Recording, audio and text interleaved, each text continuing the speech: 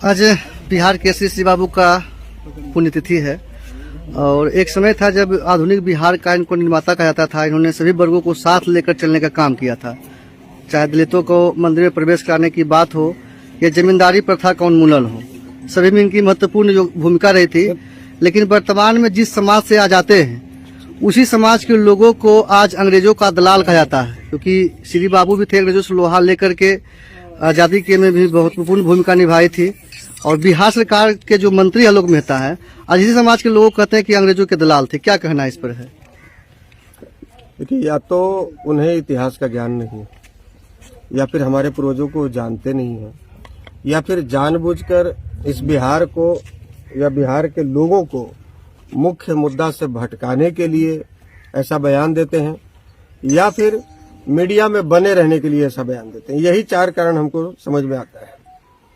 तो पहली बात तो कि जो लोग अंग्रेजों के दलाल या गुलाम जो कह रहे हैं, तो आप समझिए कि अंग्रेजों के खिलाफ जब देश की आजादी की लड़ाई लड़ने की बारी आई थी, तो जो लोग आज स्टेटमेंट दे रहे हैं उनके बाप दादे रजाई में सो रहे होंगे, और हमारे बाप दादे मंगल पांडे सबसे पहले अंग्रेजों के खिलाफ लड़ाई में बिगुल फूके थे।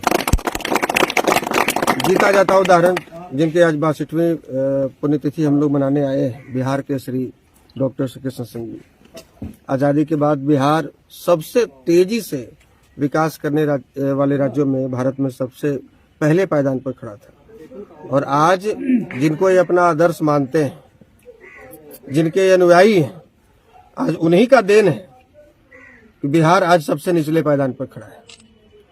तो इनको हमारे पूर्वजों पर उंगली उठाने का या सवर्णों पर उंगली उठाने का कोई अधिकार नहीं बनता और कोई हक नहीं बनता है। दरअसल ये अपने पहचान के लिए ऐसा स्टेटमेंट देते हैं, चूंकि इनको कोई जानता नहीं। नाना बयान जो मीडिया में है दे रहे हैं, वो लाइमलाइट में रहने के लिए दे रहे हैं। इनको बड़ा मंत्रालय मिल जाता है, इनको तवज्जो मिल जाता है और पहचान होती नहीं है। बिहार के लोग जानते नहीं है। कुछ किसको पता है कि आलोक मेहता कौन है? स्टेटमेंट नहीं देते तो शायद बिहार के लोगों को नहीं पता होता कि ये कौन मंत्री है। चंद्रशेखर शिक्षा मंत्री हैं। आप बताइए, आपके चैनल के माध्यम से पूछना चाहते हैं कि चंद्रशेखर को शिक्षा मंत्री बनने से पहले कितने लोग बिहार के जानते थे? हम खुद नहीं जानते थे। तो ये लोग चर्चा में बने रहने के लिए ऐसा स्टेटमेंट देते हैं।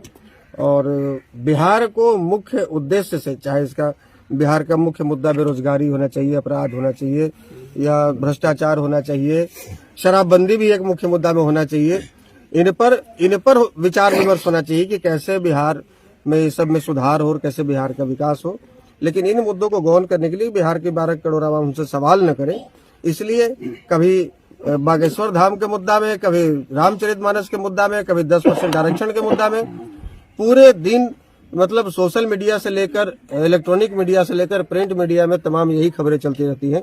और भी देश में हजारों मुद्दा है, हजारों समस्याएं हैं, उन पर भी चर्चा होनी चाहिए। श्री बाबू का आज पुण्यतिथि है, तो ऐसे में श्री बाबू को लगातार जो है भारत रत्न देने की मांग उठती रहती है।